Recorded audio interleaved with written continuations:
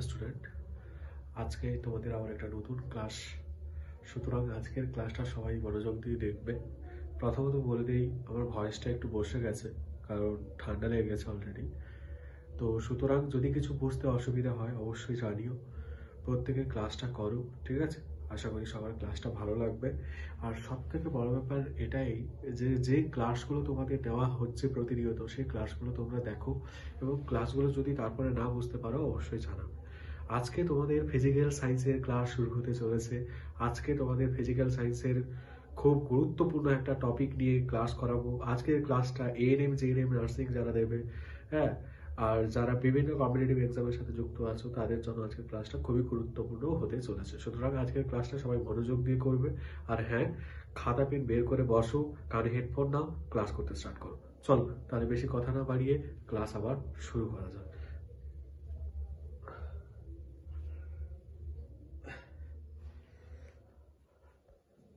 চলো তাহলে আজকের ক্লাসটা স্টার্ট করা যাক। আজকে তোমাদের টপিক সবার খাতার উপরে হেডিং করে নাও। আজকের টপিক হচ্ছে তোমাদের কি? টপিক হচ্ছে গ্যাসের আচরণ, বিহেভিয়ার অফ গ্যাসেস। চলো আর বেশি কথা বাড়াবো না, ক্লাসটা করে নিই। ক্লাসের পর কার কেমন ক্লাসটা লাগলো অবশ্যই তোমরা কমেন্ট বক্সে জানিও বা কমেন্ট করে জানিও। ওকে, হ্যাঁ, তো সুতরাং এইরকম আরো ফ্রি ব্যাচের ক্লাস পাওয়ার জন্য অবশ্যই তোমরা একটু জানাবে তোমাদের কোন টপিকগুলো প্রবলেম হচ্ছে, কোন টপিকগুলো খুব বেশি তোমাদের অসুবিধা হচ্ছে, তাহলে সেই টপিকের উপর ভিত্তি করে তোমাদের আমি ক্লাস করিয়ে দেবো। ঠিক আছে, চলো। তা আজকে তোমাদের যে বিষয় সেটা হচ্ছে গ্যাসের ধর্ম অর গ্যাসের আচরণ। ঠিক আছে, গ্যাসের ধর্ম বা আমরা এখানে লিখতে পারি গ্যাসের আচরণ। আজকে তোমাদের ইম্পর্টেন্ট একটা টপিক।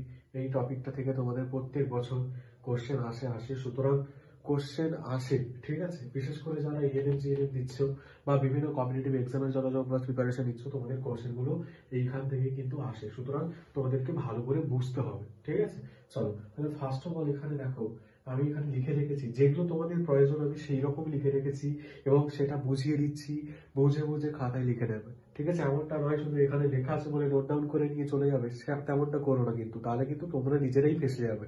সুতরাং এখানে তোমাদের কাজ হবে প্রত্যেকটা জিনিস বোঝো, দেন তোমরা নোট ডাউন করো। ওকে, চলো কথা বলবো না বেশি। তো আমাদের সময় খুব কম এবং আমার শরীরটাও খুব খারাপ, তাই ভয়েসটা হয়তো তোমাদের কাছে কিছু স্লো বা যদি না শুনতে পাও অবশ্যই আমাকে জানাবে বা এরকম যাচ্ছে, হ্যাঁ, তার জন্য আমি সত্যি খুব দুঃখিত। আমি ক্লাস তোমাদের আজকে অনলাইনে নিতাম, ঠিক আছে? যেহেতু আমার শরীরটা খারাপ সেই কারণে আমি তোমাদের ক্লাস নিতে পারিনি, তাই আমি তোমাদের রেকর্ডেড ক্লাস দিয়ে দিচ্ছি, দেখে নেবে। ওকে, আচ্ছা, আমি ঠিক করে কথা বলতে পারছি না। চলো তাহলে ফার্স্ট অফ অল এখানে যেটা আছে সেটা কি না, সেটা হচ্ছে গ্যাসের আয়তন। দেখো গ্যাসের আয়তন আমাদের প্রথমত এই গ্যাসের আচরণ বা গ্যাসের ধর্ম, এই টপিকটাতে যাওয়ার আগে আমাদের প্রথমত কিছু ইউনিট সম্পর্কে জানতে হবে। কিছু কি সম্পর্কে জানতে হবে? কিছু ইউনিট সম্পর্কে জানতে হবে। চলো তাহলে সেই ইউনিটগুলো কি? ফার্স্ট অফ অল দেখো এখানে স্টুডেন্টস ভালো করে দেখবে, গ্যাসের আয়তন। তাহলে গ্যাসের আয়তনকে আমরা এখানে কি দ্বারা প্রকাশ করি? ভি দ্বারা। কি দ্বারা? ভি দ্বারা। বিকজ ভি ফর ভলিউম লিখে রাখতে পারো বা বোঝার জন্য বলছি যে ভি ফর ভলিউম, তাহলে গ্যাসের আয়তন ইজ ইকুয়াল টু ভি। ওকে, আর গ্যাসের চাপ ইজ ইকুয়াল টু কি না, গ্যাসের চাপকে আমরা কি দ্বারা প্রকাশ করি? পি। P for pressure. তাহলে গ্যাসের চাপকে আমরা কি দ্বারা প্রকাশ করি? পি দ্বারা প্রকাশ করি। কি? ক্যাপিটাল পি দ্বারা প্রকাশ করা হয়। ওকে, তাহলে পি ইজ ইকুয়াল টু এখানে কি বলা আছে? F by A. P is equal to কি? F by A. এম মানে হচ্ছে কি? ফোর্স, যেটাকে বাংলায় কি বলে? বল। আর এ মানে কি? মানে অ্যাক্সিলারেটর, বা যেটাকে বাংলায় কি বলা হয়? ক্ষেত্রফল। আমরা কি জানি? সংজ্ঞা জানি কি? আমরা চাপের সংজ্ঞা কি জানি? না, কোনো একটি ধরো এটা একটা বস্তু, ঠিক আছে? এটা একটা বস্তু, দেখতে পাচ্ছ? তো কোনো একটি বস্তু, ঠিক আছে, তার যে লম্বভাবে প্রযুক্ত বল একক পরিমাণ ক্ষেত্রফলের উপর প্রয়োগ করার ফলে, হ্যাঁ, যে জিনিসটা সৃষ্টি হচ্ছে সেটা চাপ। তাহলে চাপ কাকে বলবো? না, আমরা বলতে পারি একক ক্ষেত্রফলের উপর। এই দেখো, একটা একক ক্ষেত্রফলের উপর এই যে লম্বভাবে প্রযুক্ত বলকে আমরা কি বলতে পারবো? চাপ বলতে পারবো। একক ক্ষেত্রফলের উপর লম্বভাবে প্রযুক্ত বলকে আমরা কি বলতে পারবো? চাপ বলতে পারবো। খুব ইজি, দেখো একক ক্ষেত্রফল, এটা একটা ক্ষেত্রফল, তো এই ক্ষেত্রফলের উপর লম্বভাবে প্রযুক্ত বল হচ্ছে, তাহলে লম্বভাবে প্রযুক্ত বলকে আমরা কি বলতে পারবো? চাপ বলতে পারবো। ঠিক আছে, সেই কারণে লেখা আছে, ওখান থেকে এসেছে, দেখো P = F/A, P = F/A, এটা ইম্পর্টেন্ট, জেনে রাখো। এখান থেকে তোমাদের কোশ্চেন গুলো আসে। দেখো বেসিক্যালি এই যে চ্যাপ্টার গুলো আছে, এই চ্যাপ্টার গুলো থেকে তোমাদের ম্যাথমেটিক্যালি যে ইকুয়েশন মানে যে কোশ্চেন গুলো হয় সেগুলো আমরা বেশি করে নজর দেবো এবং ওখান থেকে কোশ্চেন গুলো আসে। তাছাড়াও এমনি তোমাদের ডিটেলসে কোশ্চেন আসতেই পারে। চলো তারপর কি লেখা আছে? তারপর লেখা আছে গ্যাসের ধর্ম। কি লেখা আছে? গ্যাসের ধর্ম। গ্যাসের কি কি ধর্ম আছে? গ্যাসের ফার্স্ট ধর্ম হচ্ছে সংকোচনশীলতা। একটা গ্যাসের কণা, একটা ক্ষুদ্র গ্যাসের কণা, ধরো এটা একটা পাত্র, হ্যাঁ, ধরো এটা একটা পাত্র, তাহলে এর মধ্যে অসংখ্য অসংখ্য ক্ষুদ্র গ্যাসের কণা আছে। ঠিক আছে, প্রত্যেকটা গ্যাসের কণা কি হতে পারে? সংকোচন হতে পারে, অর্থাৎ একে অপরের দিকে আকর্ষণ করলে কি হবে? গ্যাসের কণাগুলো সংকুচিত হয়ে ছোট হতে পারে। এটা গ্যাসের একটা ধর্ম। প্রসারণশীলতা একটা ধর্ম। প্রসারণশীলতা এর উল্টো হবে, কি হবে না, এটা কি হবে? বিকর্ষণ হবে অণুগুলোর মধ্যে, তখন কি হয়ে যাবে? এটা বড় হয়ে যাবে। তাহলে প্রসারণশীলতা ধর্ম আছে এবং সংকোচনশীলতা ধর্ম আছে। এখানে আরো একটা জিনিস লেখা আছে, স্টুডেন্টস এখানে দেখবে, গ্যাসের আয়তনের ওপর এই গ্যাসের সংকোচনশীলতা এবং প্রসারণশীলতা দুটোই সম্পর্কযুক্ত।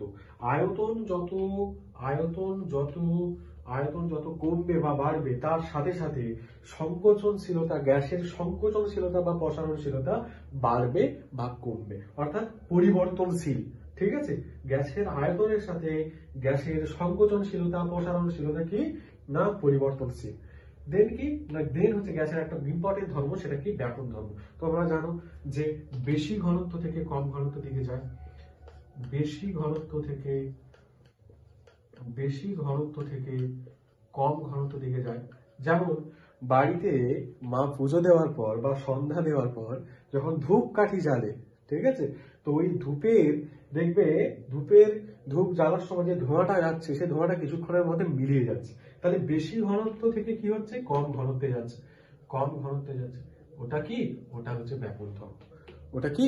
ওটা হচ্ছে ব্যাপন ধর্ম। আচ্ছা, এবার একটা কথা বলি, তোমাদের এখানে কয়েকটা গ্যাস সংক্রান্ত সূত্র সম্পর্কে জানতে হবে। ঠিক আছে, তোমাদের কয়েকটা গ্যাস সংক্রান্ত সূত্র সম্পর্কে জানতে হবে। আমরা সূত্রগুলো বিশদে পড়বো, ঠিক আছে, এবং যে সূত্রগুলো তোমাদের না জানলে নয় এবং যেখান থেকে ইকুয়েশন ইউজ করে তোমাদের কোশ্চেন আসে, সেই সূত্রগুলো এখানে দেখতে হবে। ঠিক আছে, চলো তাহলে বয়েলের সূত্র। প্রথমত গ্যাস সংক্রান্ত সূত্রের মধ্যে আমরা এখানে 4টে সূত্র দেখতে পাচ্ছি। 4টে সূত্রই আমাদের খুবই গুরুত্বপূর্ণ সূত্র। তবে তাদের মধ্যে প্রথম যে দুটো সূত্র আছে, এই দুটো সূত্র কিন্তু আরো গুরুত্বপূর্ণ। ঠিক আছে, এই দুটো সূত্র কি? আরো গুরুত্বপূর্ণ সূত্র। তাহলে বয়েলের সূত্র এখানে কি লিখে রেখেছি? এখানে এই যে এককগুলো লেখা আছে, এগুলো হচ্ছে প্রত্যেকটা সূত্রের পরিবর্তনশীল একক। প্রত্যেকটা সূত্রের পরিবর্তনশীল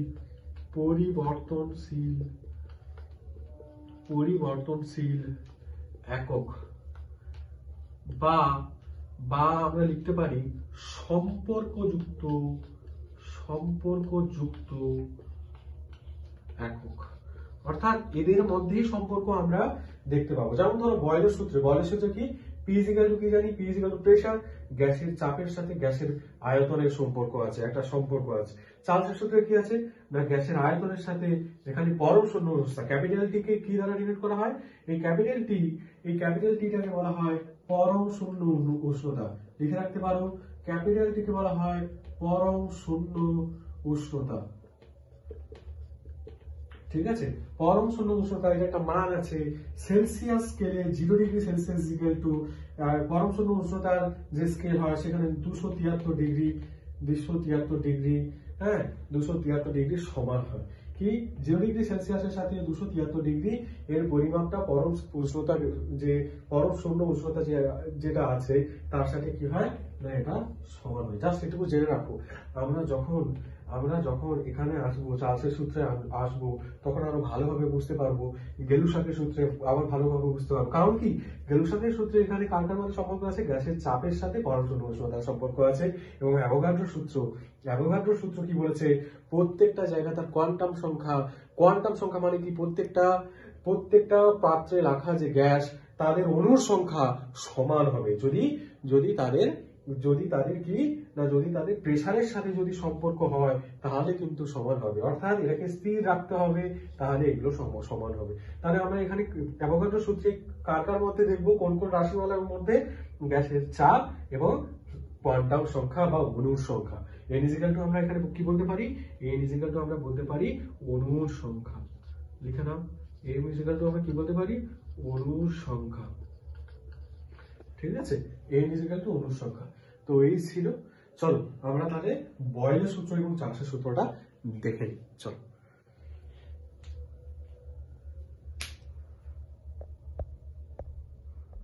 চলো তাহলে আমাদের বয়েলের সূত্রটা আমরা জানবো। কি আমরা কি জানবো, আমরা জানবো আমাদের বয়েলের সূত্রটা। দেখো বয়েলের সূত্রে যেটা বলা আছে, তো আমরা গ্যাসের ধর্ম যে চ্যাপ্টারটা পড়ছি বা গ্যাসের আচরণ, সেই আচরণে গ্যাস সম্পর্কিত 4টে সূত্র জানো। বয়েলের সূত্র, চার্লসের সূত্র, অ্যাভোগাড্রোর সূত্র, আরেকটা হচ্ছে গেলুসাকের সূত্র। ঠিক আছে, তো আমরা এই 4টে সূত্র সম্পর্কে জানলাম। 4টে সূত্রের মধ্যে সব থেকে ইম্পর্টেন্ট যে দুটো সূত্র, সেটা হচ্ছে নাম্বার 1 বয়েলের সূত্র, নাম্বার 2 চার্লসের সূত্র। ঠিক আছে, তো আমরা বয়েলের সূত্র নিয়ে আলোচনা করব। তাহলে বয়েলের সূত্র আমরা কাকে বলি একটু জেনে নিই। ইংরেজ বিজ্ঞানী বয়েলসের নাম অনুসারে তিনি সর্বপ্রথম এই সূত্রটা প্রণয়ন করেছিলেন বলে তার নাম অনুসারে এই সূত্রের নামকরণ করা হয় বয়েলের সূত্র। ঠিক আছে, বা বয়েলস ল। ঠিক আছে, তাহলে এখানে কি বলেছে, এখানে বলেছে যে স্থির উষ্ণতায় নির্দিষ্ট ভরের কোনো গ্যাসের চাপ, চাপ কি দ্বারা প্রকাশ করা হয়, পি দ্বারা। তাহলে স্থির উষ্ণতায় নির্দিষ্ট ভরের কোনো গ্যাসের চাপ ওই গ্যাসের আয়তনের সঙ্গে ব্যস্তানুপাতিক ভাবে পরিবর্তিত হয়। অর্থাৎ আমি যদি এখানে তোমাদেরকে বলি কি না কি বলেছে, স্থির উষ্ণতা, তাহলে কি স্থির উষ্ণতায় নির্দিষ্ট ভরের কোনো গ্যাসের, তোমাদের আরেকটা কথা বলে দিই, গ্যাসের ভর এম। ঠিক আছে, এই যে গ্যাসের ভর, এই যে নির্দিষ্ট ভর বলেছে, এই গ্যাসের ভর কিন্তু প্রত্যেকটা সূত্রের ক্ষেত্রে কি থাকবে, কনস্ট্যান্ট থাকবে। কি থাকবে, কনস্ট্যান্ট থাকবে, অর্থাৎ ধ্রুবক থাকবে। লিখে নাও, প্রত্যেকটা সূত্রের ক্ষেত্রে গ্যাসের ভরটা এটা নির্দিষ্ট থাকবে, কনস্ট্যান্ট থাকবে বা ধ্রুবক থাকবে। এটার কোনো রকম পরিবর্তন যদি হয় তাহলে প্রত্যেকটা সূত্র কিন্তু সূত্র বলে বিবেচিত হবে না, প্রত্যেকটা সূত্র ভুল বলে বিবেচিত হবে। এবার এখানে চেঞ্জেবল থিংসটা কি না, প্রত্যেকটা সূত্রে যেটা চেঞ্জ হয় সেটা হচ্ছে এই পদবিন্যাসটা। বয়েলের সূত্র, তাহলে বয়েলের সূত্রে দুটো জিনিস কি থাকে, কনস্ট্যান্ট থাকে। একটা কি, দেখো দুটো জিনিস ধ্রুবক থাকে, তাহলে এখানে ধ্রুবক রাশিমালা, এখানে আমি পয়েন্ট করছি, বয়েলের সূত্রের ধ্রুবক রাশিমালা গুলো কি কি, ধ্রুবক রাশিমালা যেগুলো কনস্ট্যান্ট থাকে, যেগুলো কোনো পরিবর্তন হয় না, ধ্রুবক রাশিমালা আমরা কটা পেলাম, দুটো পেলাম। স্থির উষ্ণতা, একটা হচ্ছে কি উষ্ণতা, আরেকটা কি, আরেকটা হচ্ছে ভর, আরেকটা হচ্ছে কি ভর, একটা হচ্ছে গ্যাসের উষ্ণতা আর একটা হচ্ছে গ্যাসের ভর। এই দুটো জিনিস আমরা পেলাম। তাহলে এটাকে স্মল টি দ্বারা প্রকাশ করবো, এটাকে এম দ্বারা প্রকাশ করবো। এই দুটো জিনিস কিন্তু বয়েলের সূত্রে কি হবে, ধ্রুবক, কনস্ট্যান্ট থাকে। আচ্ছা, বয়েলের সূত্রে আমি এখানে লিখছি না, পরিবর্তিত রাশিমালা কি, যেগুলো পরিবর্তনশীল, পরিবর্তিত রাশিমালা, পরিবর্তিত রাশিমালা গুলো কি কি হতে পারে। দেখো এখানে বলা আছে কোন গ্যাসের চাপ ওই গ্যাসের আয়তনের সঙ্গে ব্যস্তানুপাতিকভাবে পরিবর্তিত হয়। তাহলে পরিবর্তন কি হচ্ছে, পরিবর্তিত যে দুটো জিনিস সেটা হচ্ছে গ্যাসের চাপ আর নাম্বার 2 হচ্ছে গ্যাসের আয়তন, গ্যাসের আয়তন। তাহলে কি আমরা লিখতে পারি, চাপ আর একটা কি, আর একটা হচ্ছে আয়তন। এই দুটো হচ্ছে কি হচ্ছে, ব্যস্তানুপাতিক ভাবে পরিবর্তন হচ্ছে। অর্থাৎ যদি কোনো গ্যাসের চাপ বাড়ে, যদি কোনো গ্যাসের চাপ বাড়ে তার আয়তন কি হয়ে যাবে, কমে যাবে। যদি কোনো গ্যাসের চাপটা বেড়ে যায় তাহলে তার আয়তনটা কি হবে, কমে যাবে। যদি এর উল্টোটা হয়, যদি কোনো গ্যাসের চাপ বেড়ে যায় তাহলে কি হবে, আয়তনটা কমে যাবে। ঠিক আছে, আর চাপ যদি কমে যায় আয়তন বেড়ে যাবে, চাপ যদি কমে যায় আয়তন বেড়ে যাবে। বা এটাকে আমরা উল্টো ভাবেও বলতে পারি, আয়তন যদি কমে যায় তাহলে চাপ বেড়ে যাবে। দেখো তোমাদের একটা সোজা কথা বলি, ধরো এই একটা পাত্র বোঝানোর জন্য, আর এই একটা পাত্র, ওকে, তাহলে এই পাত্রের কি আয়তন, আয়তনটা বেশি, ধরো এটা পাত্র নাম্বার পাত্র নাম্বার ভিও, এটা আমি আচ্ছা এখানে আর পি করলাম, হ্যাঁ পি, আচ্ছা এখানে পিও নেওয়া যাবে না কারণ এখানে প্রেশার আছে, বোঝাতে হবে। তাহলে আমি ধরো এস, পাত্র এস, পাত্র ইউ। তাহলে এখানে ভলিউমটা কার বেশি? ভলিউমটা বেশি এস এর, এস এর ভলিউম এম এর তুলনায় বেশি। তাহলে ভলিউম বেশি হলে তাহলে চাপ কার কম হবে? ভলিউম বেশি হলে চাপ কম হবে, কারণ ব্যস্তানুপাতিক ভাবে পরিবর্তিত হয়, ব্যস্তানুপাতিক ভাবে। তাহলে ভলিউম বেড়ে গেছে, এস পাত্রের ভলিউম বেশি, তাহলে কিন্তু এর চাপ কমে যাবে।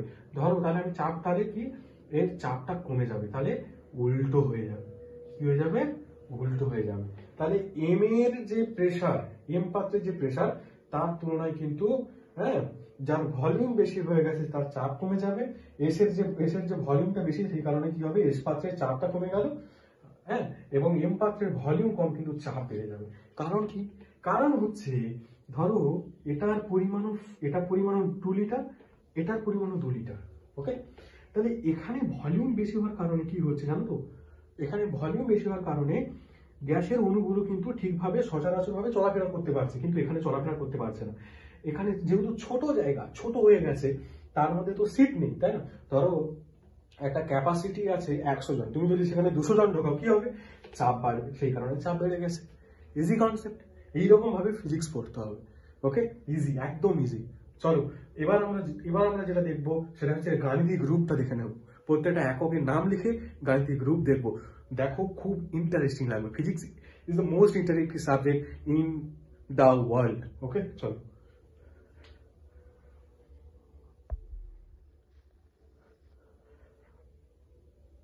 আচ্ছা দেখো, গাণিতিক রূপ সম্পর্কে আমরা জানবো। বয়েলের সূত্রে গাণিতিক রূপ, এখান থেকে কোশ্চেন আসে, ঠিক আছে? তাহলে গাণিতিক রূপ জানার আগে আমাদের যেটা জানতে হবে কি না, প্রত্যেকটা একক আমাদের প্রথমে লিখে নিতে হবে। তাহলে এখানে আমরা কি কি পাচ্ছি, যেগুলো চেঞ্জেবল থিংস সেগুলো আমরা আগে লিখে নেব, হ্যাঁ। তাহলে বয়েলের সূত্র কি বলেছে না, স্থির উষ্ণতায় কোনো নির্দিষ্ট ভরের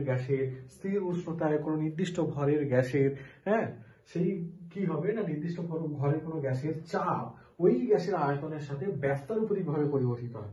তাহলে চাপ ইজিক্যাল টু আমরা কি জানি? পি। চাপ ইজিক্যাল টু আমরা কি জানি? পি। তোমরা খাতা পেনে লিখবে, ভালো করে বুঝে নাও, তারপর লিখে নেবে। চাপ ইজিক্যাল টু পি। তাহলে পি সাথে ব্যস্তানুপাতিক সম্পর্ক কার? ভি এর সাথে। হলো? এই হচ্ছে এর গাণিতিক রূপ, এই হচ্ছে এটা গাণিতিক রূপ। এবার দেখো, বা পি ইজিক্যাল টু আমরা কি লিখতে পারি? পি ইজিক্যাল টু আমরা লিখতে পারি কে বাই ভি। এখানে কেটা হচ্ছে গ্যাস ধ্রুবক, এখানে কেটা হচ্ছে গ্যাস ধ্রুবক, কেটা কি? কেটা হচ্ছে এখানে গ্যাস কনস্ট্যান্ট আর গ্যাস ধ্রুবক। এবারে এই কে এর মানটা কার উপর নির্ভর করে জানো? কে এর মানটা নির্ভর করে, এটা তোমরা খাতায় লিখে নাও, এখানে লিখে নাও স্টার করে। এই কে এর মান নির্ভর করে, আমি একটু হাঁপিয়ে যাচ্ছি, শরীরটা খারাপ তো, একটু মানিয়ে নিও, হ্যাঁ। আচ্ছা, এই যে কে এর মানটা নির্ভর করে উষ্ণতার উপর এবং গ্যাসের ভরের উপর। উষ্ণতার উপর এবং গ্যাসের ভরের উপর কি হয়? কে এর মানটা নির্ভর করে। তাহলে আমরা এখান থেকে লিখতে পারি কি, দেখো তো, লিখতে পারি পিভি ইজিক্যাল টু কে। খুব ইম্পর্টেন্ট, এইটাই লাগে। পিভি ইজিক্যাল টু কে আমরা লিখতে পারি, এখান থেকে আমরা এটা লিখতে পারি, পিভি ইজিক্যাল টু কে লিখতে পারি, হ্যাঁ কি না? পারি তো? পিভি ইজিক্যাল টু কে। আচ্ছা, পিভি ইজিক্যাল টু কে লিখতে পারি তো? তো দেখো, তাহলে পিভি ইজিক্যাল টু কি হয়ে গেল? কনস্ট্যান্ট হয়ে গেল। তাহলে আমরা এখান থেকে বলতে পারি যে বয়েলের সূত্র অনুযায়ী কোন গ্যাসের চাপ এবং তার আয়তন, হ্যাঁ, গ্যাসের চাপ এবং তার আয়তন কি হয় না, সবসময়ের জন্য ধ্রুবক হয়। কখন না, হোয়েন গ্যাসের ভর ও উষ্ণতা অপরিবর্তিত হয়,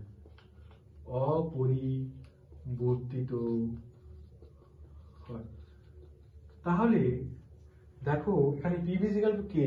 তাহলে আমরা ধরো এখানে আমি প্রাথমিক প্রেসার P1, প্রাথমিক আয়তন V1, ঠিক আছে? এবং যদি কনস্ট্যান্ট হয়, পি ইজিক্যাল টু কনস্ট্যান্ট হয়, তাহলে P1 V1 ইজিক্যাল টু কি আমরা লিখতে পারি না? PV V2 V2, বা ইজিক্যাল টু আমরা কি লিখতে পারি না? P3 V3, হ্যাঁ। বা সবার লাস্টে যেটা আসবে কি ইজিক্যাল টু দিয়ে, আচ্ছা ওদিকে না, আমি এদিকে করে দিচ্ছি, সবার লাস্টে যেটা আসবে PN V, এন নাম্বার পর্যন্ত যেতে পারে, n নাম্বার পর্যন্ত যেতে পারে। কারণ আমরা কি জানলাম না, যখন কোনো গ্যাসের ভর এবং উষ্ণতা পরিবর্তিত থাকে, ঠিক আছে, তখন গ্যাসের চাপ এবং তার আয়তন সবসময়ের জন্য কি হবে, আয়তনের গুণফল গ্যাসের চাপ। দেখো এখানে কি আছে, সূত্রটা কি বললাম, PV = কি, তাহলে চাপ এবং আয়তনের গুণফল সর্বদা কি হবে, ধ্রুবক হবে। সর্বদা কি হবে, ধ্রুবক হবে। ওকে, সর্বদা কি হবে, ধ্রুবক থাকবে। তাহলে আমরা এখান থেকে এটা বলতে পারি, এটাই এর গাণিতিক সূত্র। চলো আমরা তাহলে এবার কি দেখে নেব, আমরা যেটা দেখবো সেটা হচ্ছে লেখচিত্র। তাহলে বয়েলের সূত্রের গাণিতিক রূপ দেখলাম, এবার আমরা যেটা দেখবো সেটা হচ্ছে লেখচিত্র। দেখো এই লেখচিত্রের প্রকৃতি কি রকম, সেখান থেকে তোমাদের কোশ্চেন আসে। ধরো আমি এখানে রাখলাম P, এখানে রাখলাম V, ঠিক আছে, x অক্ষ P এবং y অক্ষে আমরা কি রাখলাম, V রাখলাম। হ্যাঁ, তাহলে এখানে তোমরা লিখতে পারো P বনাম V এর লেখচিত্র। P বনাম, ধরো এটা 0, এটা 0.0, এখানে 1, এখানে 2, এখানে 3, এখানে 4। তাহলে ধরো ভলিউম 1 থাকলে তার প্রেসার কি হবে, প্রেসারটা বাড়বে।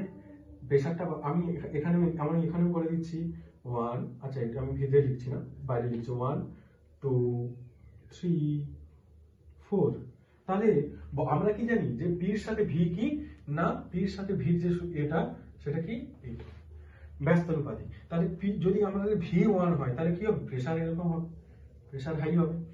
V2 হলে কি হবে, প্রেসারটা কমবে, আবার কি হবে, কমবে, আবার কি হবে, কমবে।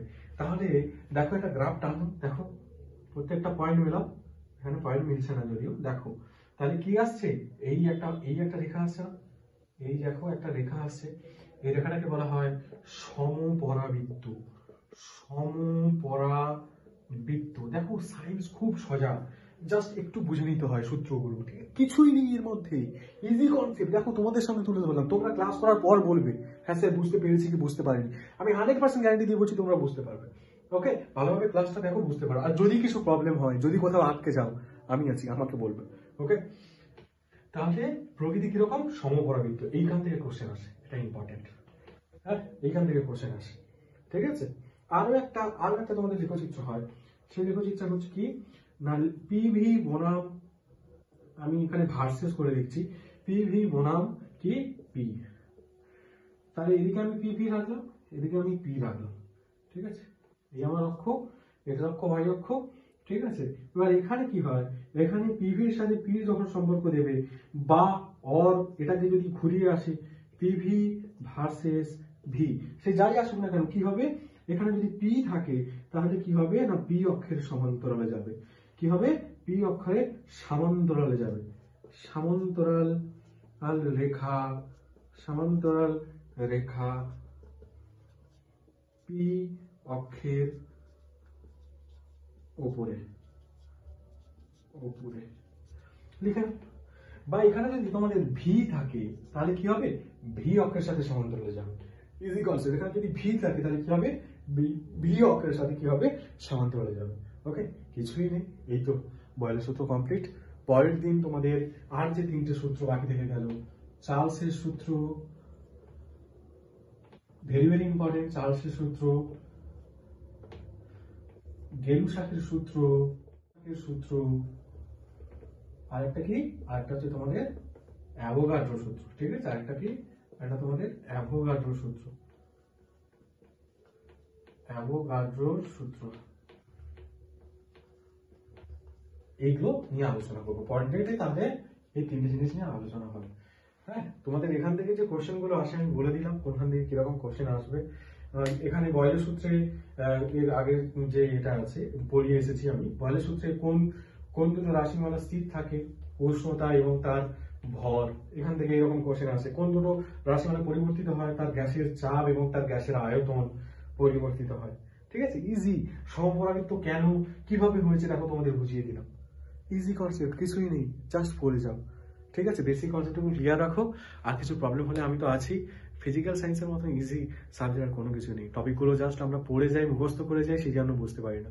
ওকে, সো ক্লাসটা কেমন লাগলো সবাই জানিও, আর অবশ্যই ক্লাসগুলো প্রতিদিনের ক্লাস করবে। আজকে আমার শরীর খারাপ, তাই তোমাদের লাইভ ক্লাসে আসতে পারিনি, এর জন্য আমি সত্যি খুব দুঃখিত। তবে তোমাদের আজকের এই ক্লাসটা আশা করি খুবই ভালো লাগবে। চলো, ক্লাসটা কেমন লাগলো অবশ্যই সবাই কমেন্ট বক্সে জানিও, বা সবাই কমেন্ট করে জানিও। All the best for your upcoming competitive exam. চলো বাই।